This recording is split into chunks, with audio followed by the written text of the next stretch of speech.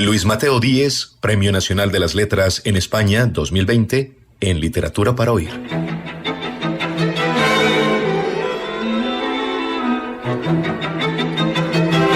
Luis Mateo Díez Rodríguez es un escritor leonés, graduado en Derecho, pero narrador nato y castizo, con una sólida y abundante obra que abarca también el ensayo, la dramaturgia y la poesía.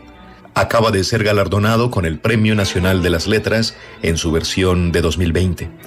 Académico de la lengua, ya había sido reconocido con los galardones Premio Francisco Umbral, 2 veces con el Premio Nacional de Narrativa y también en 2 oportunidades con el Premio Nacional de la Crítica. Su obra transcurre en un paisaje mítico, Selama, geografía literaria hecha de imaginación, memoria y cultura oral tradicional, un territorio que exige un transeúnte émulo de Don Quijote que resista en los páramos despoblados los ardientes rayos del sol en la mitad del verano y en el invierno la dura inclemencia de los vientos y de los hielos, como escribe el autor. Pero al tiempo, su obra es de sutilezas, de guiños y elegantes gestos. Comencemos. Hotel Bulnes.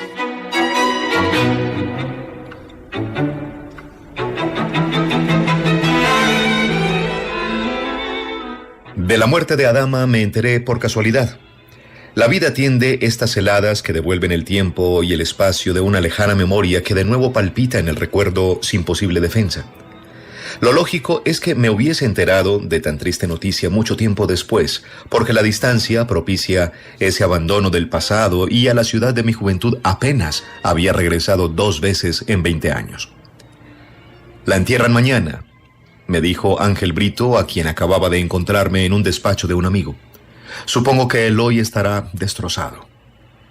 Adama era 3 años más joven que yo, y Eloy Breda apenas me llevaba 3 meses.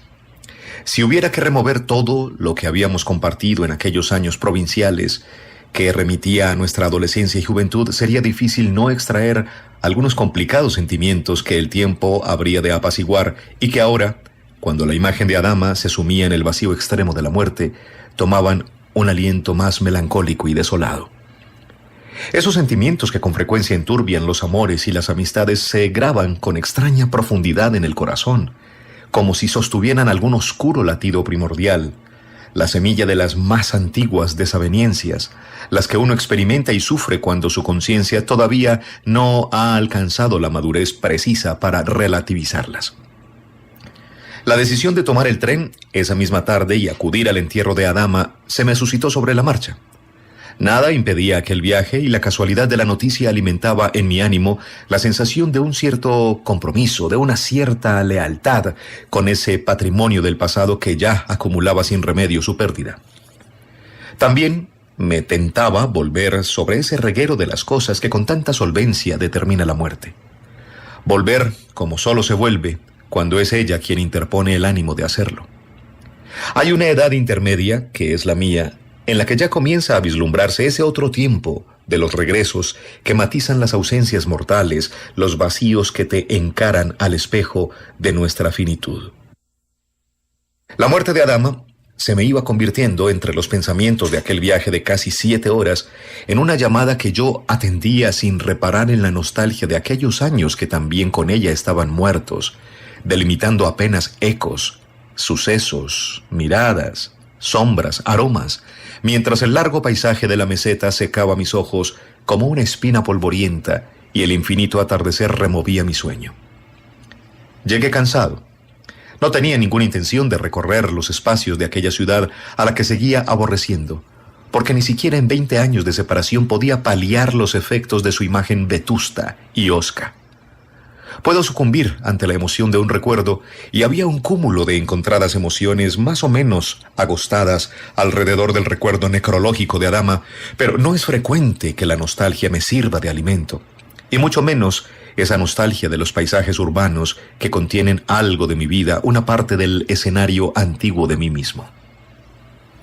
La noche clausuraba aquellos espacios como si mi propia memoria hubiese apagado definitivamente la luz sobre ellos, y cuando al salir de la estación percibí esa corteza indeterminada del rostro urbano, su peso fantasmal entre las deformidades inmobiliarias que lo acrecentaban, Me arrepentí de haber venido y sentí el deseo urgente de ir a refugiarme en algún sitio. El deteriorado luminoso de un hotel cercano fue un reclamo oportuno. No reparé demasiado en su aspecto. No era desde luego un hotel de mi tiempo, aunque la fachada del edificio acumulaba la pátina suficiente, seguro que incrementada por la carbonilla de la vecina estación. En el vestíbulo no había nadie y tardaron bastante en atenderme. Era fácil recomponer esa impresión modesta y desolada de tantos hoteles de medio pelo por donde se diluyen las noches de los viajantes apresurados que acaban por perder hasta el sentido de la orientación, trastocando la identidad de las ciudades que visitan. El Bulnes, que así se llamaba, destilaba en sus oxidadas penumbras un raro sopor de somnolencia y soledad, un aroma de desayunos baratos y el terco ronroneo de las cañerías averiadas. La habitación que me asignaron no era muy grande, pero tenía una cama enorme. Su ventana daba a un patio interior donde se espesaban los desperdicios de la noche. Soslayé la intención de darme una ducha y me conformé con un alivio más liviano. Mi equipaje era escueto y la comodidad del pijama vino a relajarme mientras comenzaba a sentir ese asedio del sueño que se anuncia en la pesadez de los párpados. Había pensado localizar a algún viejo amigo para recabar la información exacta del entierro, pero en recepción no atendían mi llamada y decidí que por la mañana a primera hora podría hacerlo. Con alguno de ellos podría también acercarme a ver a Eloy antes de ir a la iglesia y al cementerio. Tumbado sobre la cama, dejando que la pesadez de los párpados animara el asedio, que mi conciencia se fundiera en el cansancio hasta diluirse, tuve la sensación de que muchas de las antiguas emociones de aquella juventud perdida, donde Adama compartía algunos sueños y secretos que yo no había sabido desvelar y culminar, reflotaban en la atmósfera macilenta de la habitación como restos de un naufragio sentimental, como objetos afligidos en la recobrada superficie que invadía la tristeza. Había apagado la lámpara que descansaba en la mesilla y en la oscuridad comencé a sentir cierta aprensión. Las sombras batían los sentimientos con ese azote culpable del pasado que es imposible modificar y donde quedan tantos gestos que uno borraría, tantas enseñas de la frustración y del fracaso. Volví a encender la lámpara. En la tibia penumbra, el espacio de aquella anodina habitación incrustada en el espacio de mi vieja ciudad aborrecida logró perturbarme, como si su imagen física supurara los despojos de ese pasado, las huellas de una antigua infelicidad que perduraba sin remedio. Me levanté y fui al baño. Todas las cañerías del Bulnes orquestaron su averiado concierto y enseguida cerré el grifo, no sin antes percatarme del largo y solitario cabello que parecía haberse desprendido al girar la llave y se deslizaba en el agua por el interior del lavabo, arrastrado en la suavidad del remolino que lo conduciría al sumidero, dándole tiempo a extenderse en su rubia longitud. Algo me incitaba a depositar la mano buscando una absurda caricia por la blanca superficie del lavabo en pos de aquel escurrido filamento que también era la huella de un despojo. Una pérdida corporal que emulaba penosamente la suavidad de alguna cabellera rubia donde muchas veces se habían entrelazado mis dedos. Ya sabía que me sería difícil dormirme, que el peso de los párpados se atenuaba y las horas de la noche podían petrificarse para que solo subsistiera el vacío en aquel dichoso hotel que daba la impresión de estar deshabitado, apenas mantenido con el rastro de los viajantes apresurados que olvidaban sus maletas enmohecidas y las sucias corbatas en las perchas de los armarios. Caminé con dificultades por la habitación, invadida por la cama enorme. Reparé en la suciedad de las paredes, en las ronchas que cuarteaban el techo con la señal reseca de las reiteradas humedades. Volvía a arrepentirme de aquel viaje improvisado y del descuido de no haber cogido mis pastillas. El insomnio iba ampliando esa terca lucidez que tanto afianza mi amargura, que derrota hasta extremos insufribles la conciencia de mi soledad. Había apagado y encendido varias veces la lámpara de la mesilla, y después de recostarme sobre la almohada, abrí el cajón y descubrí un grueso libro de pequeño tamaño, desencuadernado, con algunas hojas sueltas. Enseguida me percaté de que era una edición de la Biblia. Las livianas hojas resbalaron apelmazadas entre mis dedos. Una de ellas estaba doblada como indicando una señal. Alguien había subrayado con un bolígrafo azul unos versos del libro de los Proverbios. Ella ha abandonado al compañero de su juventud. Leí en voz alta. Se ha olvidado de la alianza de su Dios, porque su casa conduce a la muerte y sus caminos a la región de las sombras. Quedé absorto, embargado por una sensación de orfandad, de desdicha, como si bajo aquellas palabras palpitase el rigor de una despedida, de una traición, de alguna decisión desesperada que hacía del abandono un lamento mortal. Cuando devolví la Biblia al cajón, mi mano tropezó con un objeto circular. Lo alcancé al fondo del mismo, donde había ido rodando. Era un lápiz de labios consumido hasta la mitad, con la barra de color carmesí hendida por la huella del uso. En mi dedo índice quedaba la leve mancha que parecía delatar la marca de un gesto amoroso que yo hubiese hurtado. La oscuridad iba a traer, después que mis pensamientos se hubiesen evadido en algunas fantasías, que no lograba sobrevolar la penuria de aquella habitación del Mulnes, un indicio de sueño, y supongo que, al fin, el cansancio derrotó las últimas resistencias. Estaba despierto y tomaba conciencia de aquello, viendo cómo la luz del patio interior traspasaba indecisa la ventana. Una luz incierta que no despejaba fácilmente la noche, que se impostaba sobre sus desperdicios. Podía calcular menos de 5 horas de sueño, pero me encontraba despejado, y la ducha fría culminó ese imprescindible bienestar de la mañana. Todo estaba en orden y sentía cierta urgencia por irme de aquel hotel, por abandonar la habitación y olvidar los inútiles hallazgos que, como ya había previsto, se completaban con una arrugada corbata en una percha del armario. Dejaría mi maletín en recepción para recogerlo cuando todo hubiese concluido, aprovechando la cercanía de la estación, y, con un poco de suerte, esa misma tarde haría el viaje de regreso. Ahora no estaba arrepentido de haber venido, y la memoria de Adama se hacía más intensa, como si acabase de resucitarla mientras me peinaba, y al mirarme un momento me la imaginé en el derrotero de todos esos últimos años, desde la transición de la frontera de su juventud, desde el último beso, cuando todavía las promesas tenían un valor incalculable para los dos. No resultaba demasiado difícil acumular sobre el recuerdo de su rostro ese velo del tiempo que lo transforma sin deformarlo, y mi propio rostro en el espejo podía servirme de pauta. La paralela lejanía de lo que ambos habíamos sido, y esa certeza de mi melancolía mirada al recrearla. Tomé el maletín y algo rodó por el suelo. Por un momento pensé que se me había caído una moneda en la tarima, pero al divisar el aro dorado que se había detenido al pie de la puerta me di cuenta de que era un objeto que había saltado bajo el maletín desde la superficie del pequeño sillón donde reposaba. Era una alianza. La deposité en la palma de mi mano izquierda, cautivado por la extrañeza de un hallazgo que parecía desvelar el descuido de un extravío o de un abandono. Pensé que lo más adecuado sería devolverla en recepción por si la reclamaban, pero algo me incitaba a no hacerlo, a dejar que su extravío se compaginara con los otros hallazgos inútiles en esa habitación del Bulnes que ahora, con la luz que desde la ventana se apoderaba de ella, mostraba un aspecto más antiguo y polvoriento. Casi mecánicamente fui hacia la mesilla, abrí el cajón y deposité en su interior la alianza. La Biblia tenía algunas hojas sueltas y sobre ellas se movió el lápiz de labios.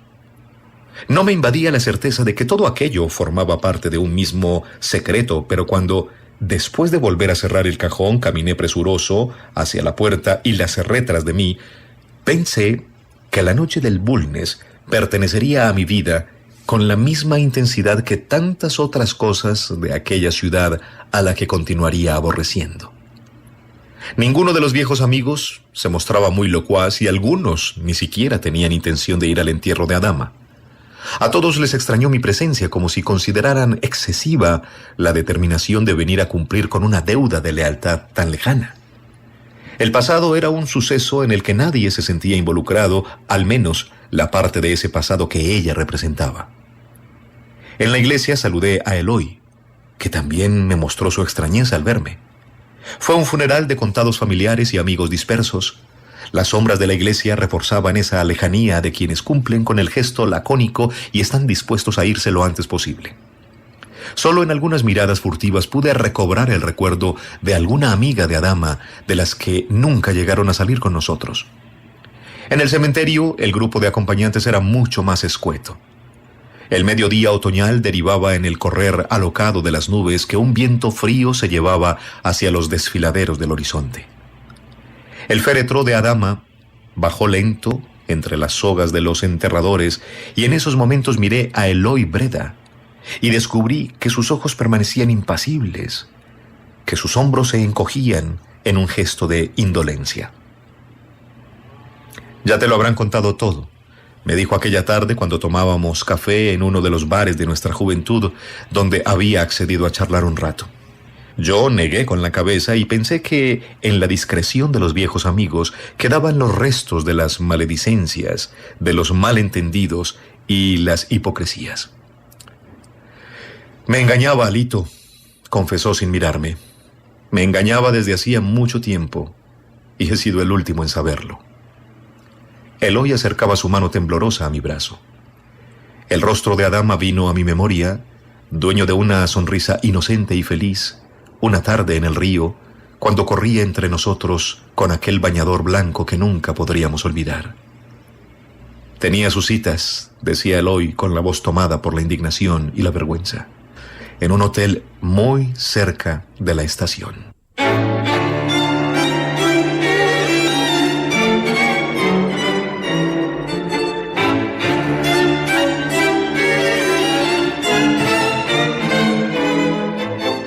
Un suceso. Me desperté con sed. Lola dormía. Me levanté con cuidado, sin dar la luz, salí de la habitación, avancé a oscuras por el pasillo. Entonces tropecé con alguien. Unos pasos apresurados se perdieron hacia la cocina y la puerta se cerró tras ellos. Tardé un momento en reaccionar. Seguí por el pasillo hasta alcanzar el interruptor de la luz y luego, decidido, abrí de golpe la puerta de la cocina. El hombre se había subido en el alféizar de la ventana abierta. No, por Dios», dijo, «no avise a la policía». En su rostro el terror allanaba el gesto de su mirada enferma. «Ángel», musité como si de pronto mi memoria sufriera una sacudida. «Martín», respondió con incredulidad instantes después. Lola llamaba excitada desde el pasillo. Cuando llegó a la cocina vio abrazados a aquellos dos amigos de la infancia y su irrevocable decisión de llamar a la policía fue lo que motivó el inicio de la definitiva crisis de nuestro matrimonio.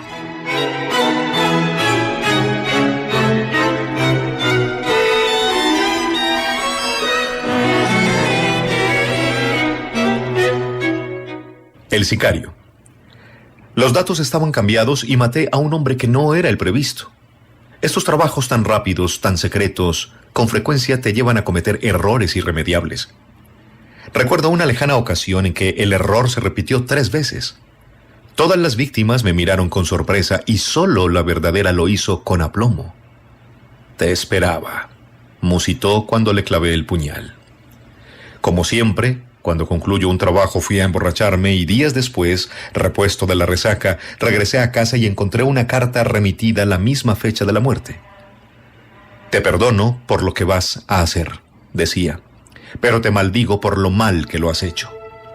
Un muerto que cuesta 3 muertes no es un muerto inocente. Además de matarme, me has hecho sentir culpable y profundamente desgraciado».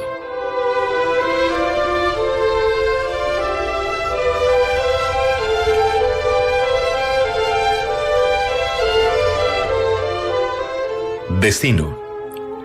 Recuerdo un viaje a Buenos Aires que terminó en Nueva York, otro a Lima que concluyó en Atenas y uno a Roma que finalizó en Berlín.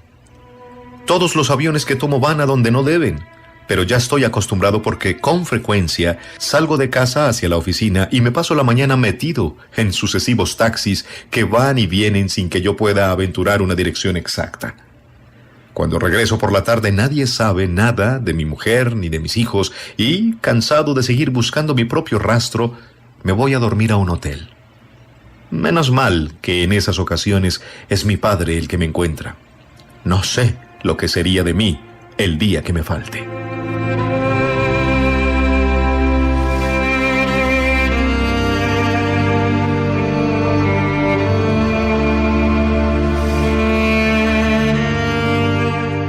En el mar.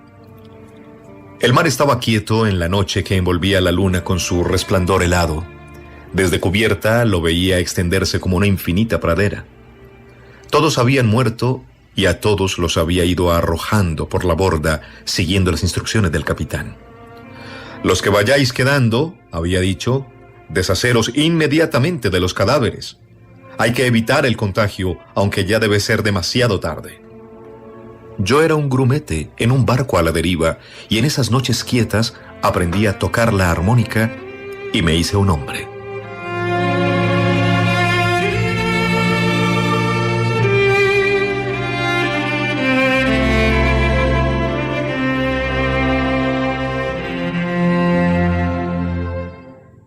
En Literatura para Oír estamos presentando el Premio Nacional de las Letras en España 2020, Luis Mateo Díez Rodríguez.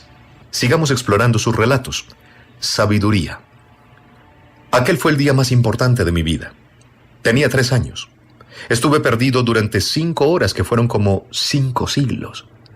Cuando me encontraron, era un niño feliz, que conocía todos los secretos del mundo, de sus hablas y de sus gentes. Nunca pude recordar el destino de mis pasos inocentes en aquel tiempo extraviado. Ahora, que soy viejo, tan solo reconozco algo parecido al aleteo de un pájaro con el que volaba en la orfandad de un desierto brillante. Pero hace mucho que los sueños me sustituyen la memoria.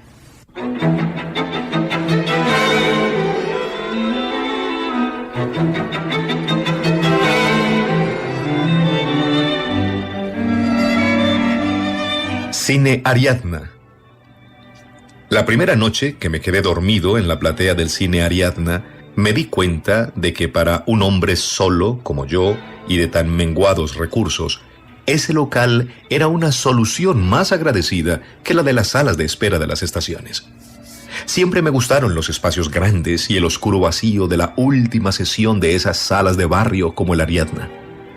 En la platea seguí durmiendo otras noches hasta que una de ellas me despertó un ruido y distinguí en la oscuridad el centelleo de una linterna.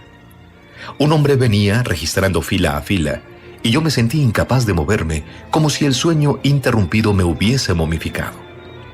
Decidí sencillamente quedarme así, rígido sobre la butaca, como un durmiente que pudiese dar una impresión mortal. El hombre llegó a mi altura y el haz de luz de la linterna iluminó mi rostro, recorrió mi cuerpo. Le oí rezongar molesto. Con dificultades, aunque con indudable habilidad, cargó mi cuerpo al hombro mientras yo suavizaba mi rigidez sin atreverme apenas a respirar. Luego pude percatarme que me tendía en una superficie plana y después de despojarme de la chaqueta me alzaba la manga de la camisa. Iba a abrir los ojos y a gritar, pero no lo logré. Un suave estremecimiento se apoderó de mí cuando sentí la aguja clavarse en la vena. Debe hacer muchos años que el Ariadna es un local clausurado, lleno de polvo y olvido, donde yo duermo feliz.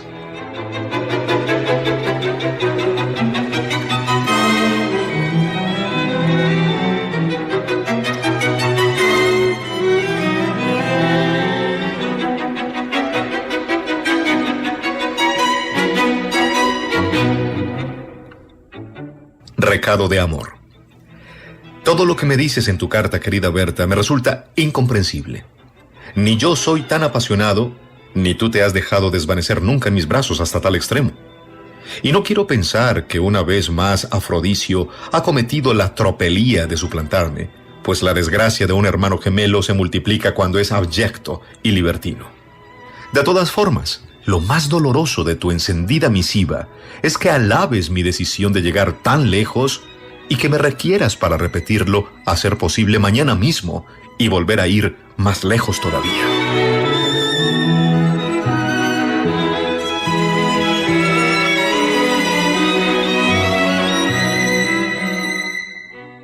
Y cerremos esta invitación a escuchar a Luis Mateo Díez, el Premio Nacional de las Letras en España 2020, con La Carta. Todas las mañanas llego a la oficina, me siento, enciendo la lámpara, abro el portafolio y antes de comenzar la tarea diaria, escribo una línea en la larga carta donde, desde hace 14 años, explico minuciosamente las razones de mi suicidio.